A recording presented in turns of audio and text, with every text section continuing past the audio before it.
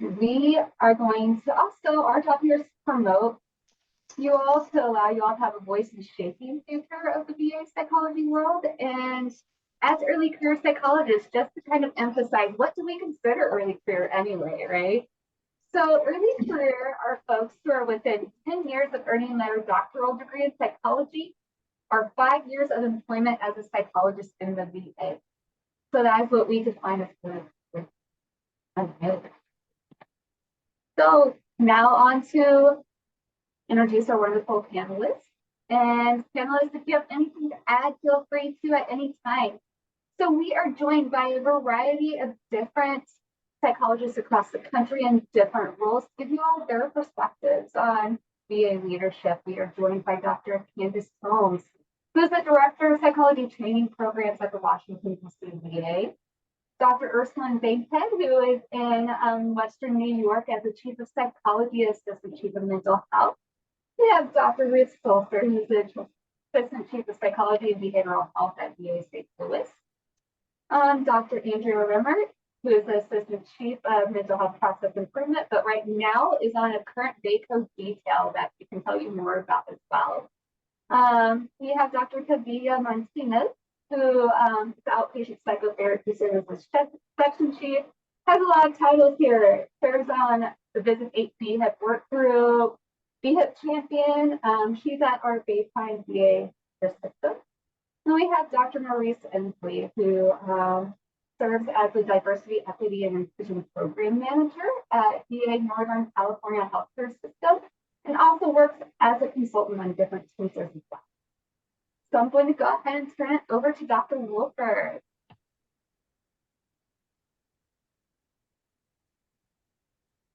We cannot hear you. Okay, that's probably because I'm muted. How about now? Can you can you hear me okay? Okay, excellent. So we're going to go through just a couple announcements before we get started today. First and foremost, ECP SIG, every month we have our ECP of the month. So I want to encourage you to reach out with either nominating yourself because of your own achievements and hashtag self-love, self-care, right? Or nominate someone else, and we will reach out to them for consent to make sure that this is something that they want to do. So we highlight psychologists that have shown dedication to learning and growing really as their early careers. So if you know someone, or again, if you want to nominate yourself, we would love to hear from you. We just need a bio and we need a picture. But like I said, if you're nominating someone else, then we'll reach out to them for that information. Next slide, please. Okay, a few more announcements. So we have our VA Psychology Leadership Conference. Woohoo! Everybody's excited. It is going to be Wednesday, May 8th through Saturday, May 11th. And this year it is going to be in Washington, D.C. I know in the past it's historically been in Texas, but this year, Dr. Tomes, we're going to be in your neck of the woods. So we're going to be in D.C. I want just to kind of point this out to people. If you can make it, that would be fantastic. If not, hopefully you'll be there in spirit. Okay, the other thing is that our early career psychologists do have a general meeting that will be occurring on March 27th around 3 Eastern time. So if you can jump into that, I would highly encourage you to do so. We talk about ways that you can get involved in leadership, and we talk about different things that are important to us and kind of what's going on in the world of VA leaders. The last thing is our next webinar. It is a tentative date. We'll send more information out as it comes down the wire, but it is going to be on April 18th at 3 Eastern. And this time we're going to do a joint webinar with APA's Division 18. So more details to come on that, but just know we do have another webinar in the works.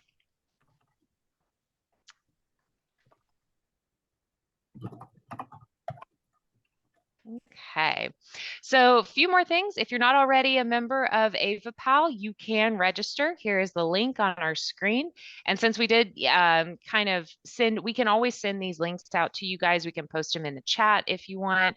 But whenever we send out the invitations, you'll notice that some of these links were available. So I just want to encourage you to become a member if you're not already. If you want to join our listserv and receive messages and updates on what's happening with VA leadership, we have an email for you to send that interest to. And then if you have any questions, comments, suggestions, or feedback, you can always let us, your early career psychologist chairs, know. We'd be more than happy to, facilitate and return any comments back to you.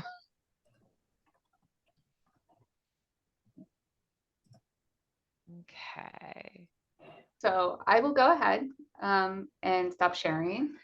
And so we'll just move into the panelists and answering questions. So hopefully people can hear me better now that I switched my mic.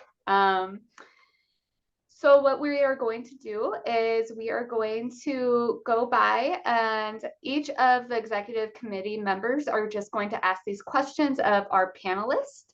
We do ask our panelists to just briefly recognize who they are and who's speaking before answering the question. But each executive committee member will be asking different questions. That's way you all have different voices and you can see who your executive leadership is as well. So the first question to start us off, this has some kind of time limits here, panel.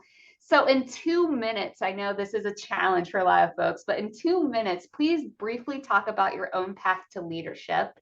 What skills do you think assisted with you in getting to your current position?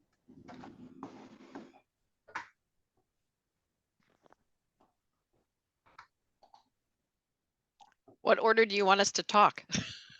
It does not matter. All right. Are you going to time me, Brandy? Send some kind of like, stop talking, Ruth.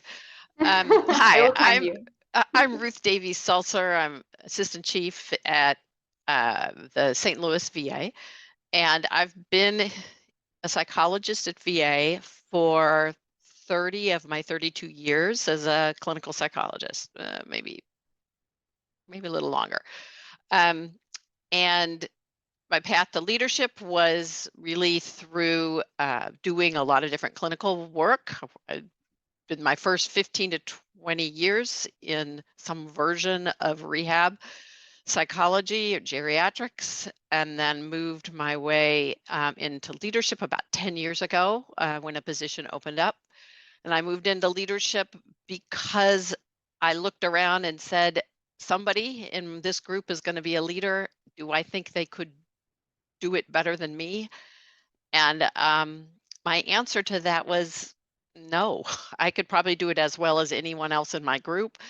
I better throw my hat in. And so that's how I got into leadership. I would say my recommendations for that early career folks are to start practicing in as many different clinical areas as possible in your organization if you're looking to be a leader there. The more people you meet, the more teams you serve on, the more coverage opportunities you take advantage of, the better you will do. When you finally get to a point where someone asks you to take charge. Also, I probably have multiple other thoughts about that, but maybe I'll stop there. Avapal was also incredibly useful. I'm very glad to see you have joined now, even if you're not in leadership.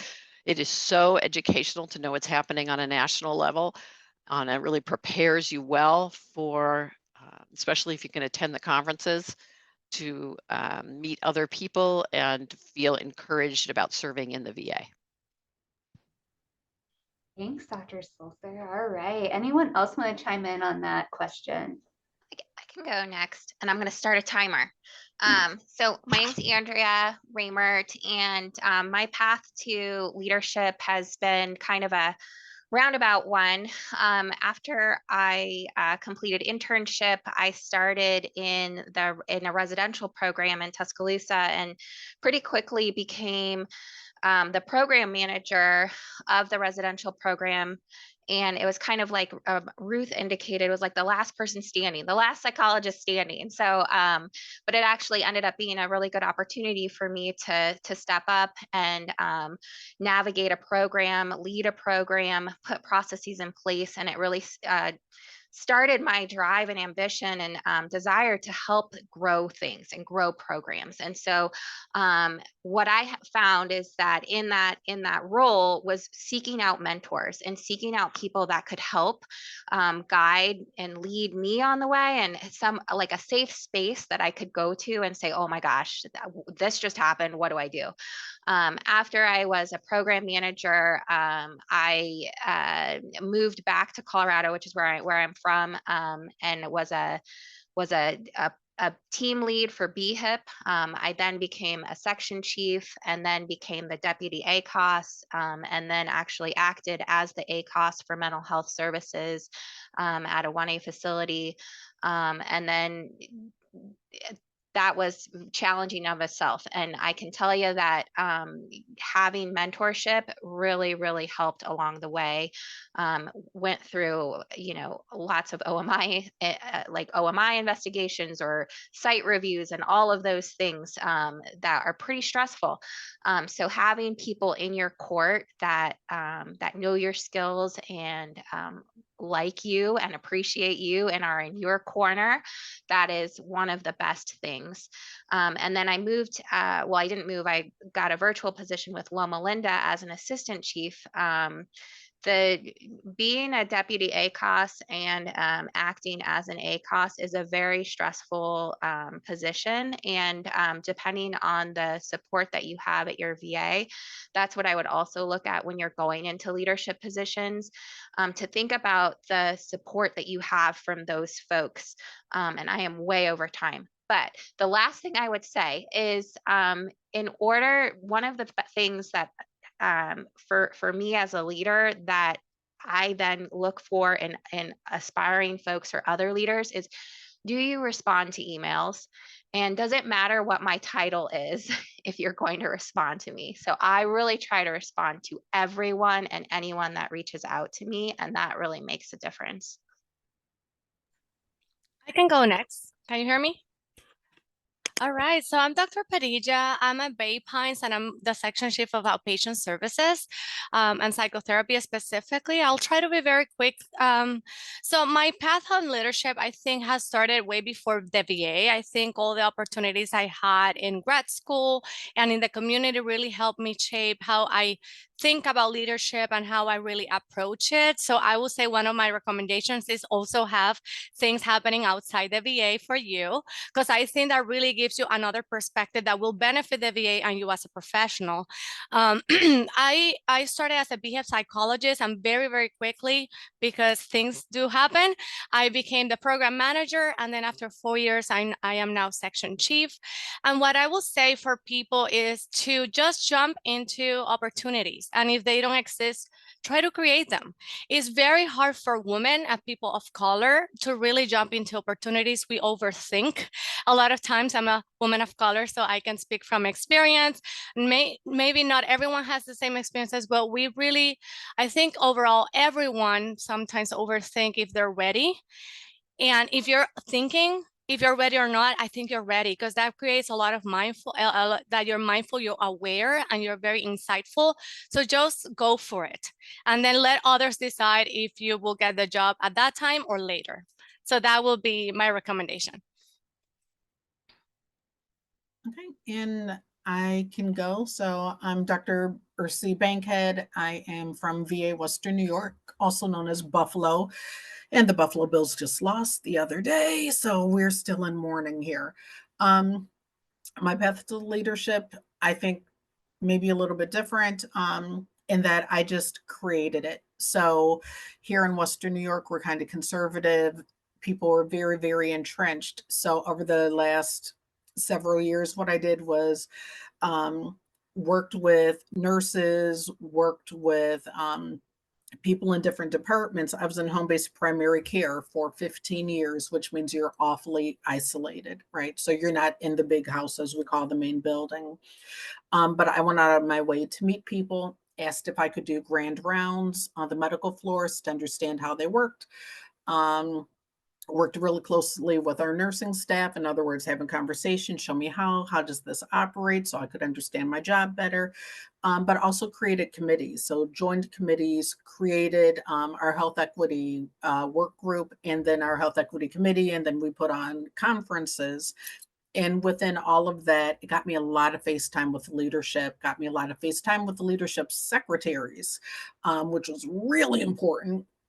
And so, again, not saying I'm above or below anyone, but definitely treating everyone with respect, asking a lot of questions, saying, how do I do this?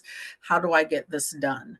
And so when this opportunity came up for my current position, so I'm psychology chief and the assistant chief of mental health, people were like, we already know her, we know her work, and that was, so I put in investment up front, not necessarily with the goal of going into leadership. The timing was just right. My kid had graduated college. I was done. I was free as a bird. I needed something to do. So here I am. So, but the path was, again, I'll go back to what was said before, forming really good relationships and being present and having an interest, and listening an awful lot. I can go next. I'm Candace Toms. I'm the training director at the Washington, D.C. VA. And my path to leadership, I think, was majority luck and timing. I had been at a staff psychologist position for a little over a year when I stepped into the training director role, and it was kind of like just a survival thing. The program was in kind of a strange place. The training director left, and we were also in the midst of doing our self-study and getting ready to get applications and that type of thing. And when I first started at that VA, I kind of just threw myself into being a part of the training committee. And so when my supervisor told me one of the reasons she selected me for the job was my willingness to be in a situation that was a bit uncomfortable. At that time, I was at another VA, and a lot of the psychologists had stepped away from the training program for a variety of reasons, and I just kind of like jumped in to be helpful. And so I think that was one of the things that set me apart for that position. I think ultimately getting selected as the training director later, some of the things that contributed to that were just, honestly, it was a really crazy year. I was doing the self-study, and also COVID happened that year. And so I think all the different trials and tribulations that were kind of thrown my way, I'd proven myself a bit that I could handle some of the stress because I was extremely early on in my career, and I don't think I was ready for what was happening, like looking back in hindsight. But again, as other people have mentioned, having leadership from other training directors, or mentorship, I mean, from other training directors, and just participating in as many trainings and things that I could, I think helped me get through those first couple of years that were pretty tough.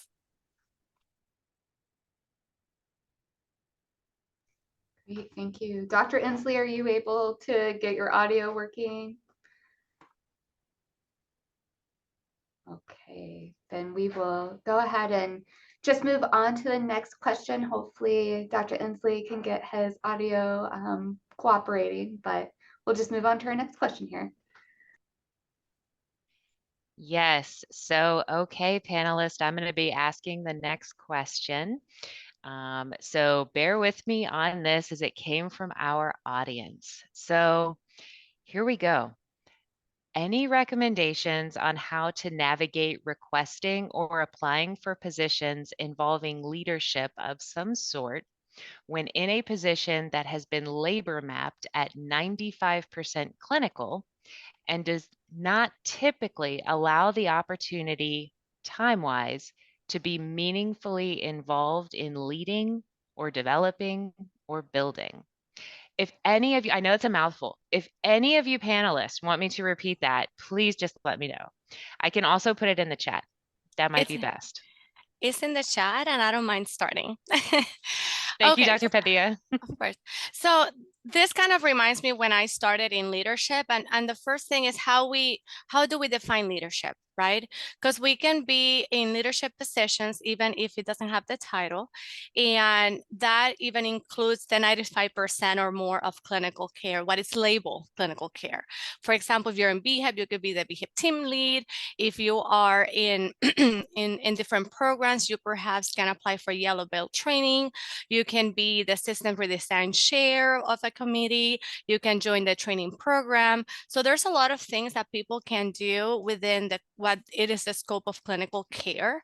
And we could get exceptions through the system in order to have protected time for this, or being creative on how we do this. I remember that one of the things that really helped my application within the first year of being a psychologist for being a manager was that I volunteered to supervise a peer support specialist. And within my clinical work, I could learn that experience. I could, have good examples for the PBI, but I was 100% clinical at the time. So I think getting creative in how we kind of conceptualize leadership and how we use all the experiences we have from our career for that PBI. And they could be, I use examples from grad school. I use examples from from postdoc. As long as you really show how your thinking process is, I think you will be able to show all your skills. So that will be my recommendation, and always seeking training. And experiences like that, the VA has too many options, I think.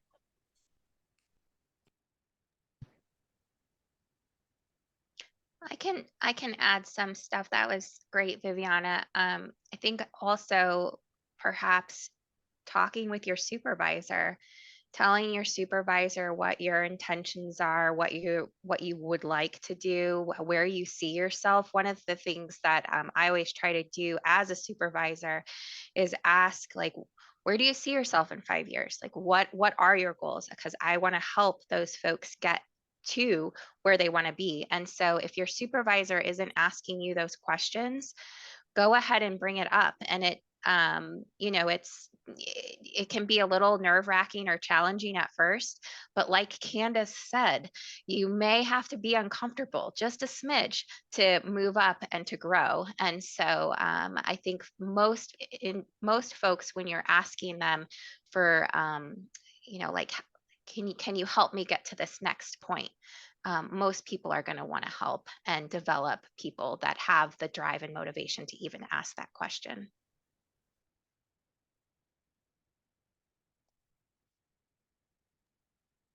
Yeah, those are awesome. Those are really great points. I think a little bit, there's also sometimes other outside options to consider. So I can say my own journey has involved engaging things like VA innovation, and other types of programs to get funding support, to develop novel things. And so that's also another pathway that we're lucky in VA to have access to. So there's many different things out there. You could get involved in learning more about change management or these other things that offer time for you to get training, and then volunteer for maybe small projects or things like that, or consider applying to Office Health Equity funded opportunities to do a project. So those are also other ways, I think, sometimes outside of kind of the usual box that we might not think about to include. If I can, mentorship is really a powerful tool that folks can leverage. So if you can build relationships with mentors who can also help you navigate and figure out how to engage folks. I think the final point is don't underestimate what you do as someone who works in a clinical setting. You're doing a lot of the skills that are applicable to leadership, especially as a psychologist. We have a lot of training that is actually really beneficial to help us lead others. And so don't underestimate those skills. Sometimes I think it's more about how do you tailor the language so you can connect it with those leadership principles or those things that folks are looking for in the application process. So how can you connect those clinical skills to what they're asking for in interviews, et cetera. So don't underestimate those skills.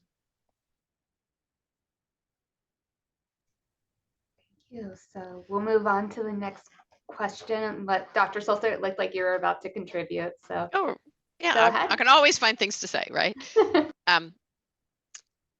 I'll just say that even when you're at the very beginning just volunteer to, if do clinical work in as many different areas as possible. Volunteer to be that person to step up and cover somebody else, and try to get to know other teams and other people, because those people may end up being your mentors. They may be able to present you opportunities.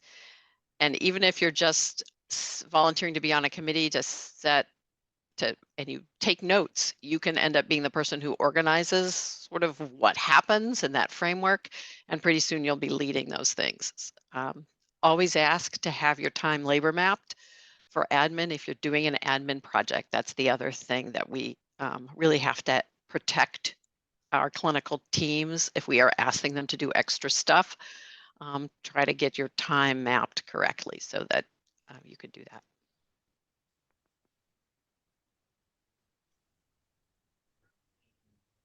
Thank you. Any other contributions before we move to our next question? All right. So I'll turn it over to Alifa, who will be asking the next question.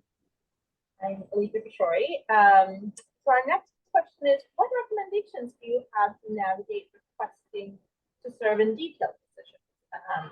Especially when doing so would potentially mean a higher workload for your other team members given lack of adequate staffing in your current team, and thus possibly lowering the chances of managers or supervisors approving those detailed positions.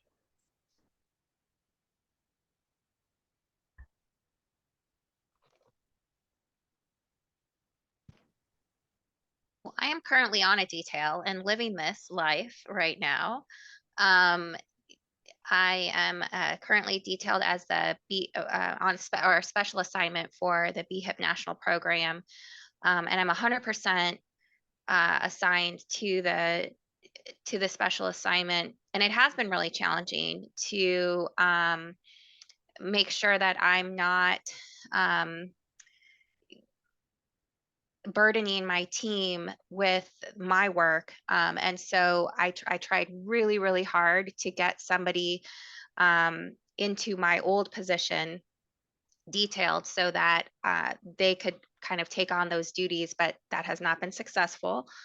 Anybody who wants to work in data analytics, hit me up because I got a detail for you if you're interested. But all joking aside, really coming up with a plan. So I have a plan with my supervisees about what they're taking on. There are things that are just not going to be able to happen while I'm on detail. I've set pretty firm boundaries about the things that, even though I'm 100% with VACO, the things that I could still help out with at the facility, but not jeopardize the time that I'm giving to VACO. It is something to think about, with the other members of the team, and working with your supervisor on a plan so that people aren't overburdened, and that if there is a way to get someone detailed into your position, like that's the best bet, right? You want someone to have that opportunity to detail into your role while you're doing something else. I would say two quick things is that there's details like what she was mentioning that are 100% of your time. There's other details that are less than that. For example, right now I'm detailed 25% for business leadership for the BHIP. And so that looks very different because even though I took a little bit of more work, I'm still able to do my regular duties because it's only 25%. And what has helped me in terms of navigating all the demands is that I do an effort to train most of my staff to be able to cover for me if I'm not here. So they know how to triage consults, what to do if something happens, if there's an emergency, even though they may not be really with the title that is leadership. I always tell them, if I'm sick or anything happens to me, the clinic needs to continue. So you cannot wait for me to come back. So that has really helped me with the detail, is to be able to really train people to do the job when I'm not here. But granted, it's only 4 hours, so it's very different to 100%, but it helps.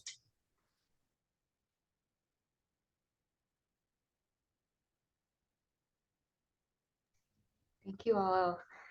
Any I've- other points? I'll I'll make a Keep comment doing on this Dr. one. Sulzer. We are not on the same wavelength today. I am just going to interrupt you constantly. Sorry about that. I think the message you're hearing here is that there's a detail that's really appeals to you, and I've approved them for staff that have worked under me.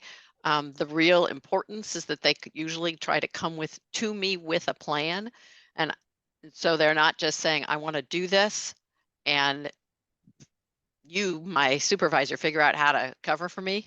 They usually come and say, and this is how I think we could do it. I don't know how, this is the parts that I think we could give out, and here's how I would see it for the time that I'm going to be detailed. And there may be pieces of that they don't have a solution for, that's my job, right? I do try to help figure all the rest of it out, but it makes a big difference than someone who just says, I want to do this, and please, please, please, and then sticking your supervisor with the issue of how to cover or backfill.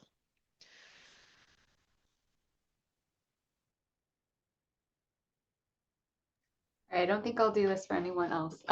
So we'll go ahead and just move on. If there's nothing else from anyone else to the next question, Ashley will be asking the next question for y'all.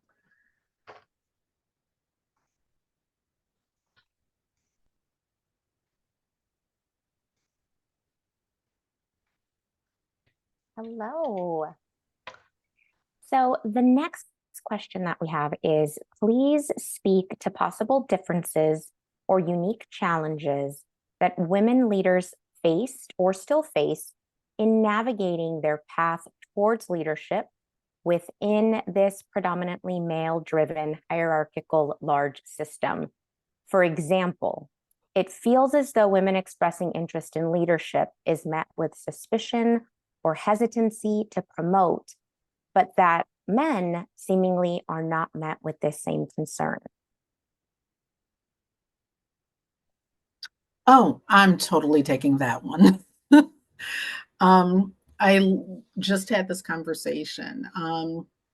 One of the things that for myself, that I tend to do is I point out what's happening in the room, So, and I mean, literally in meetings I've had male providers, go Dr. So-and-so, Dr. So-and-so, and Ursi. And I'll stop. So my nickname being Ursi. And I stopped them and said, I'm sorry, explain to me, why is it Dr. Smith, Dr. Jones, Dr. Brown, but not Dr. Bankhead? Help me understand. Please be clear as you help me to understand what's different. And so I think that there's, obviously the unique challenge is that we are in a very patriarchal culture. Medical culture is patriarchal. It's very male dominant. But I think that even within a large system, and I can say this for Western New York, what I find is that women very often will shrink themselves and, kind of like, let me be super nice. And sometimes nothing's wrong with being nice, but also tend to not speak up. And so for myself, but also with my female staff, I will say, you have a voice, you have the education, you have the training, you have the background, you have expertise. Use it. This is part of your job, to use it. And we're at a loss if your voice isn't being heard. So I think that, some of that combats some of the misogyny that may present itself. But I think, some of, again, the challenges is we're overly criticized. I think women tend to be more scrutinized at times, within leadership. But I tend to address it early on to nip it in the bud. Now, that's a personality thing, perhaps for me, but I found that it has been effective where they self-correct in the moment. And I unapologetically, will just very politely, but unapologetically will call out racism, sexism, whatever, in that space, so that I'm not carrying it. And that's part of my self-care, is I'm not carrying what belongs to someone else's negative energies.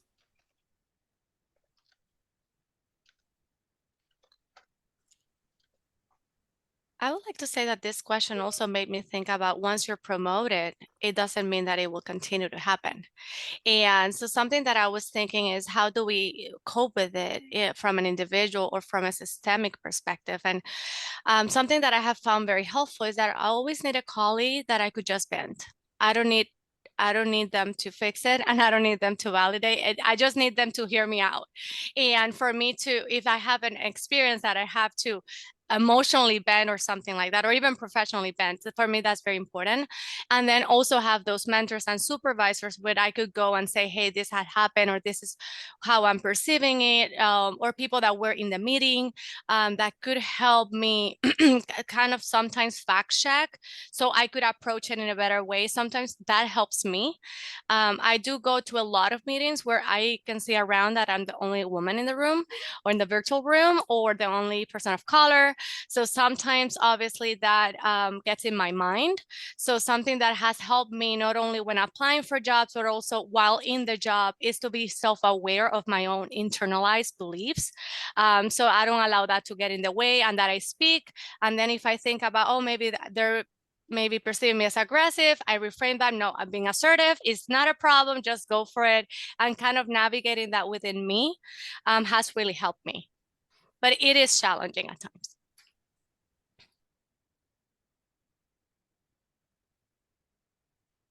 I can go next. This is Candace Toms again. I think, I don't know if I had people holding me back from pursuing leadership positions because I'm a woman, but I also think that I was really lucky to have a lot of really good female leader role models, including Dr. Raymer. She was actually my supervisor on internship. So this is kind of surreal to be on a panel with her. But one of the hardest things for me starting out, being so new in the training director role, was having to set limits with people who were much more senior with me, much older than me. Just like culturally, I was raised to talk to adults in a particular way. And so I really had to do a lot of work on my own, and with the help of a mentor to role play some difficult conversations, because even though people had been there longer, it was my responsibility to uphold the policies and the guidelines of the training program. So just being able to sit with that and know that I was doing my job, even though it felt really uncomfortable and was really difficult a lot of the time.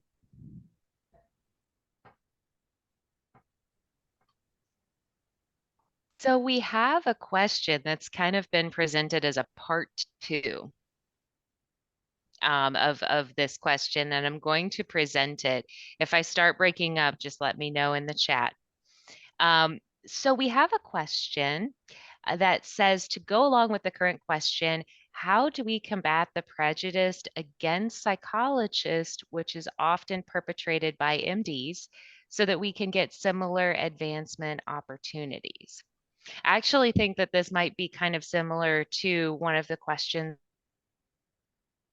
that was submitted with the rep. If there are any thoughts or any experience with really, kind of battling this challenge a little bit. So I'm going to open it up to our panelists now. I'm a big relationship person, so making sure that you, like I said, anybody who sends you an email, respond. Same thing. If you're anyone who wants to talk to you, talk to them or go up to them, talk to them. It's a lot easier to do that in the facility. If you're working virtually, it's a little bit harder. But most people reach out, do a Teams message, introduce yourself. I'm so and so.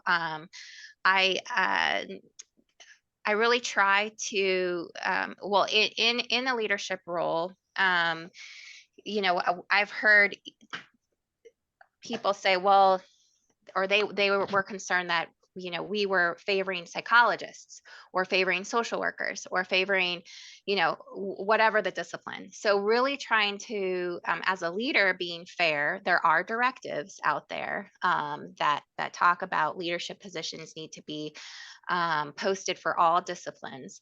But, I know that there are different facilities that have different cultures around the country. So making those relationships and showing people what you can do as a psychologist and the skills and the training and education that you have.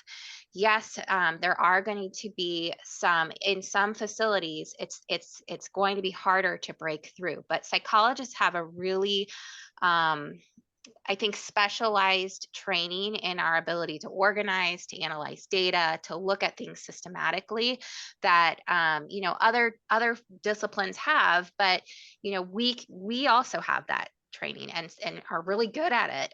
Most people had to. Well, everybody's had to do a dissertation or organize some sort of project, and so rely on that. You've got the skills, and although you shouldn't have to prove to people that you can do these things or you can be instrumental or valuable to them, the more that you're willing to, again, make yourself uncomfortable, do the things that other people wouldn't want to do, I think you'll find that opportunities will come your way. And then when you become a leader, you can make sure that it's super fair for all disciplines.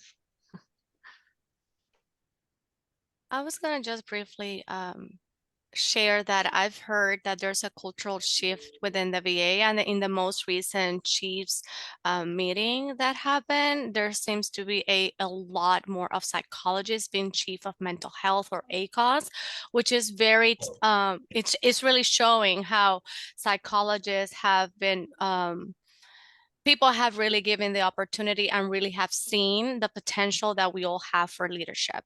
As we all know, the VA is a medical center, a medical system, so sometimes it can be very challenging, but I can see as a lot of hope when they told me that in the last chief or ACOS meeting, there were way more psychologists than before, and they even talked about the shift that has happened, which I think it's good to know because it brings a lot of hope. And I think part of it's because if we go to any discipline or anywhere, if we go with curiosity and respect, I think people really will collaborate with you. If we go to any place and we just put rules and just tell people what to do, and maybe you don't even have a real understanding of what their job is, it will not go away. And I think psychologists do a great job of really imagining that and asking questions and really learning from everyone to be able to be a good leader.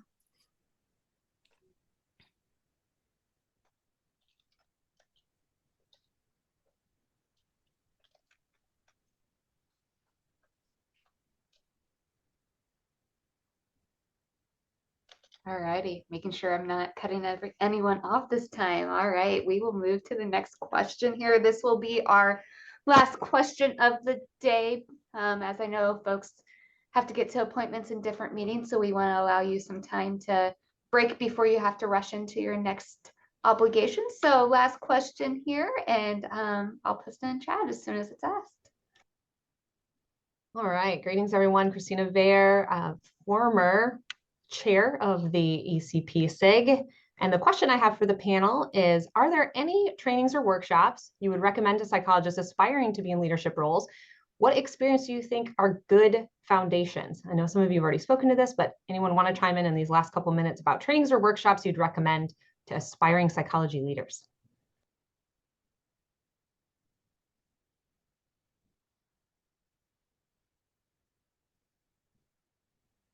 So I think Dr. Padilla has offered a few in the chat.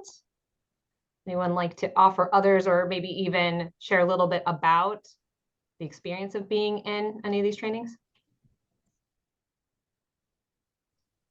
I know folks talked about the yellow belt, the lean training and yellow belt training. So maybe expanding on those might be helpful for some folks, or spoke about different funding opportunities too. I think that goes in line with the question as well. So I think chiming in on those two aspects might be helpful for the ECPs here on the call. Just know what those are even. And I don't want to call Dr. Ensley out, but he mentioned change management training. As somebody who's taken change management training myself, I know that's been really helpful. But Dr. Ensley, any chance we could ask you to share more about that? Yeah, actually, that was hoping I was actually going to volunteer. So I think for me, I can say actually part of my experience and like becoming a leader is like looking at the whole health organization and being like, how does one person help to change a whole organization or healthcare system? And I think change management training was useful for me because it helped me re-envision what my role could be. And so what steps I could take, how to engage senior leadership and kind of what is the role of senior leadership and how can I engage them to help make that change, and as well as like thinking more about how to get people to see your vision and move towards that change, right? We all know as psychologists, change is hard, even positive change. So how do you make the message so that folks can join? And I think those are like very, very important skill sets to being a leader, is because oftentimes you're not the one who's engaging in the activities or doing the work, right? You have to get people alongside to see the vision, the mission, and then also engage. And I think the change management training gives you some actual skills to do that, and some lingo, language, and different worksheets even to do that. So I think change management for me has helped as I'm like looking at, although it's weird to still call myself a leader, I guess, but to kind of re-envision what that might look like and how in my role I can be effective for my whole healthcare system. So definitely recommend change management training as one area to get in. And there's a whole host of sort of VA trainings and programs to help people who are looking to be leaders and get some more experience. And some of it just depends on kind of what GS level you are, but I definitely encourage folks to reach out to your education staff or other folks that are engaged at your local VA to learn more about what's available locally, but also nationally, to get some more experience for being a supervisor, being a manager, and being a leader.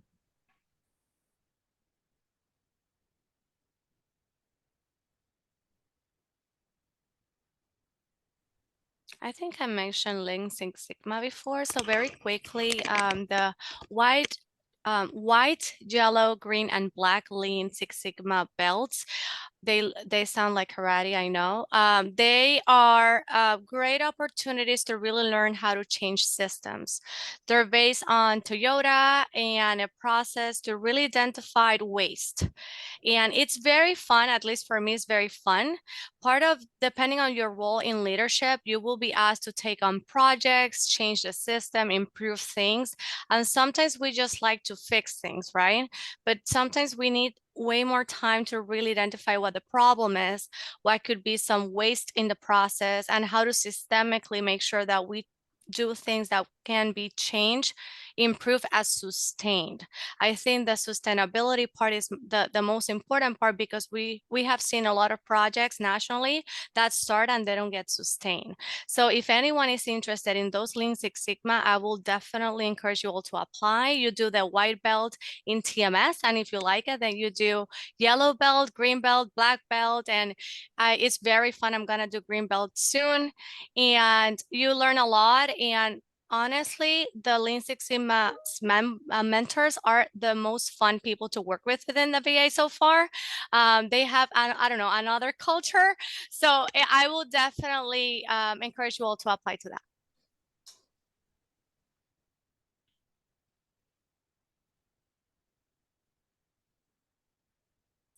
Great.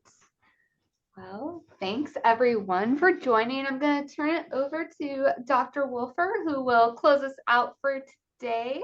So Dr. Wolfer, I'm going to share my screen so that you can close us out and make any closing announcements or things you want to share.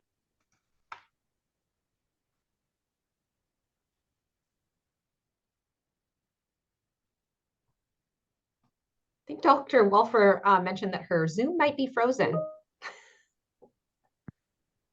So Dr. Rolk, if you'd like to take it over, I think that we'll just step right on in and volunteer to help a colleague out. Here we go, using one of the lessons we learned today. Am I still frozen? I don't even know. Working in different areas. Here we go.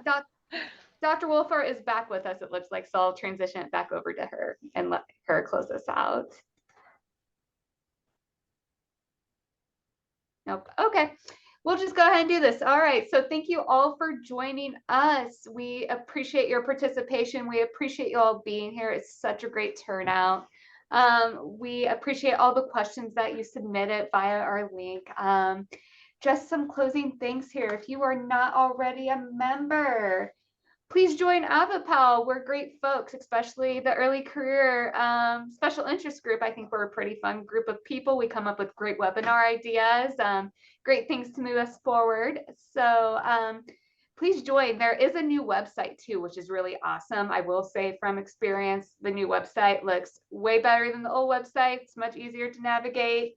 To join our listserv, here is some contact information. And then if you have any questions, you can reach out to me. I am happy to facilitate that. Dr. Zambrano will also help as well. So we have a ton of people who are willing and able to connect you with the folks that you need. So once again, thanks for joining us, and I hope the rest of your week goes wonderfully. And we will be in contact soon with our next webinar. Thanks again. Thanks, everyone. Thanks to our panelists. And we'll try to gather all the resources from the chat and maybe distribute or post on our website. So stay tuned and reach out and join. So thanks. A big shout out to all of our panelists for joining, and to Dr. Rolick and Dr. Wolfer for coordinating. So thanks, everybody. We'll see you in DC, hopefully, and in March and in our next coming meeting. So stay tuned.